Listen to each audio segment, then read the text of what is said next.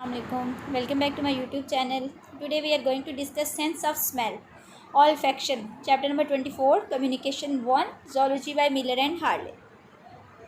अब सबसे पहले आपको पता है सेंस ऑफ स्मेल को हम क्या कहते हैं, ओल्फैक्शन कहते हैं, ठीक है। और ये होती किसकी वजह से है, ओल्फैक्टरी न्यूरॉन्स की वजह से, जिनको हम रिसेप्टर सेल्स भी कहते हैं, ठीक है। और ये जो ओल्फैक्टरी न्यूरॉन्स हैं यानी कि रिसेप्टर सेल्स, ये कहाँ पे मौजूद होते हैं, in the roof of vertebrate nasal cavity, vertebrate nasal cavity के रूफ में मौजूद होते हैं ओल्फैक्टरी न्यूरॉन्स या रिसेप्टर सेल्स, जिनकी वजह से सेंस ऑफ ओल्फैक्शन होती है। अच्छा, अब ये जो सेल्स होते हैं ना, बेसिकली ये स्पेशलाइज्ड एंडिंग्स हैं फाइबर्स की। कौन से फाइबर्स की एंडिंग्स हैं ये, जो कि ओल्फैक्टरी नर्व बनाते हैं, ठीक है।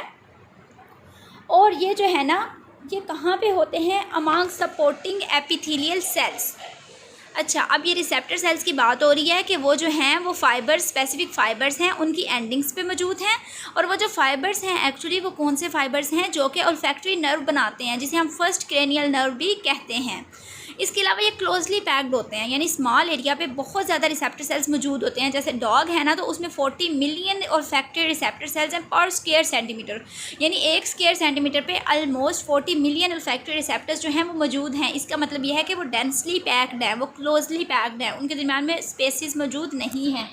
यहाँ पे देखें, यहाँ पे ओल्फैक्टरी न्यूरॉन्स रिसेप्टर सेल्स ये आपको नज़र आ रहे हैं, ठीक है। ये एंडिंग्स हैं फाइबर्स की, ठीक है। जो फाइबर्स क्या बना रहे हैं, ये ओल्फैक्टरी नर्व बना रहे हैं।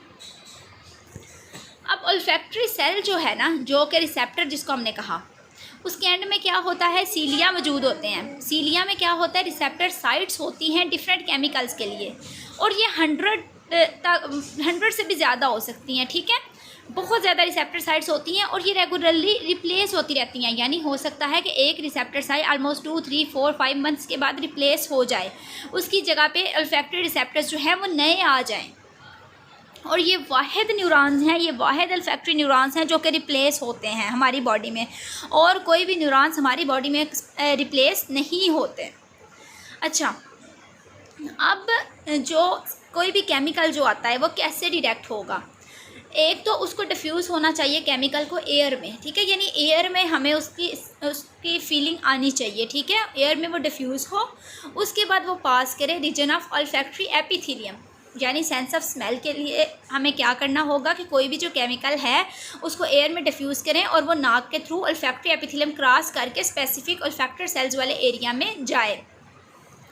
अच्छा, वहाँ पे जाके क्या करते हैं, ये ऑडोरेंट्स जो हैं वो डिज़ोल्व होते हैं वाटरी म्यूकस में। म्यूकस में स्पेसिफिक प्रोटीन्स मौजूद होती हैं जो उन मालिक्यूल्स के साथ इंटरेक्ट करती हैं, उनको ट्रांसपोर्ट करती हैं रिसेप्टर्स तक और उनको बाइंड करवा देती हैं रिसेप्टर्स के साथ।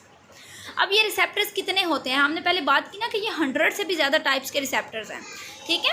तो ये many thousands of receptor cells होते हैं, और हर रिसेप्टर सेल जो होता है ना, 1 और ओनली फ्यू ऑफ थाउजेंड्स और सो डिफरेंट रिसेप्टर टाइप्स। अच्छा देखें, डिफरेंट रिसेप्टर सेल्स हैं। फॉर एग्जांपल हम अपनी आसानी के लिए कहते हैं अगर 100 रिसेप्टर सेल्स हैं तो 100 रिसेप्टर सेल्स में से जो हो सकता है 5 रिसेप्टर सेल्स हों वो किसी एक स्पेसिफिक मालिक्यूल के लिए हों, उसके बाद नेक्स्ट 5 किसी और स्पेसिफिक मालिक्यूल के लिए हों, ठीक है। यानी हर जो टाइप है ना, उसकी आगे से फर्दर कुछ टाइप्स हैं, और वो टाइप्स जो हैं वो मॉडिफाई हैं एक स्पेसिफिक केमिकल के लिए, वो उसी स्पेसिफिक केमिकल को रिस्पॉन्स करेंगी, उसके अलावा वो किसी और केमिकल को रिस्पॉन्स नहीं करेंगी।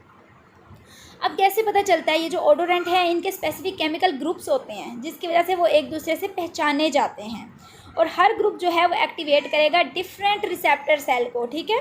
तो different plasma membrane receptor type activate होगी फॉर ईच केमिकल। ये इंटरेक्शन क्या करेगी, चेंज कर देगी मेम्ब्रेन परमेबिलिटी को। जो रिसेप्टर सेल उसको डिटेक्ट करेगा उसकी मेम्ब्रेन परमेबिलिटी चेंज हो जाएगी, जनरेटर पोटेंशियल प्रोड्यूस हो जाएगा, और ये जो जनरेटर पोटेंशियल है ये कन्वर्ट हो जाएगा एक्शन पोटेंशियल में। अगर हम अब कंपैरेटिव ओवरव्यू लें तो जो फिशेस होती हैं उनमें ओपनिंग्स होती हैं स्नाउट में जो डायरेक्टली जाती हैं ओल्फैक्टरी रिसेप्टर्स तक, और कुछ फिशेस जो है वो सेंस ऑफ स्मेल पे रिले करती हैं, जैसे कि सैल्मन वगैरह है। आपको पता है जिस स्ट्रीम में सैल्मन जो है वो हैच हुई होती है, स्पॉनिंग के लिए भी वो उसी स्ट्रीम में वापस आती है। और ऐसा किसकी हेल्प से पॉसिबल होता है, ऐसा सिर्फ सेंस ऑफ स्मेल की हेल्प से पॉसिबल होता है, ठीक है। वो स्पेसिफिक जो केमिकल्स हैं उनकी स्मेल उसको उस स्ट्रीम तक लेके जाती है जहाँ पर उसकी हैचिंग हुई थी। इसके अलावा एम्फीबियंस की अगर हम बात करें तो ओल्फैक्शन उनके लिए भी इंपॉर्टेंट सेंस है, क्योंकि ये मेट रिकॉग्निशन में हेल्प करती है। इसके अलावा अगर कोई नॉक्शियस केमिकल केमिकल आ रहा है उसको लोकेट करने में हेल्प करती है और फूड ढूंढने में भी हेल्प करती है, यानी 3 वेज से।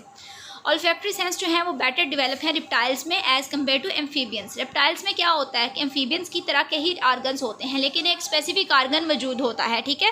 उसे हम क्या कहते हैं, उसे हम कहते हैं जैकबसन आर्गन या वर्मोनेजल आर्गन। ये स्नेक्स और लिजर्ड्स में बेस्ट डेवलप्ड होते हैं।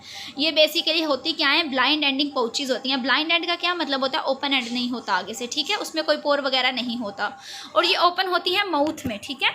अब ये प्रोट्रूसिबल फोक्ड टंग, यानी आगे से फोक्ड है टंग, ठीक है। और प्रोट्रूसिबल का क्या मतलब होता है कि वो बाहर निकल सकती है और अंदर जा सकती है वापस।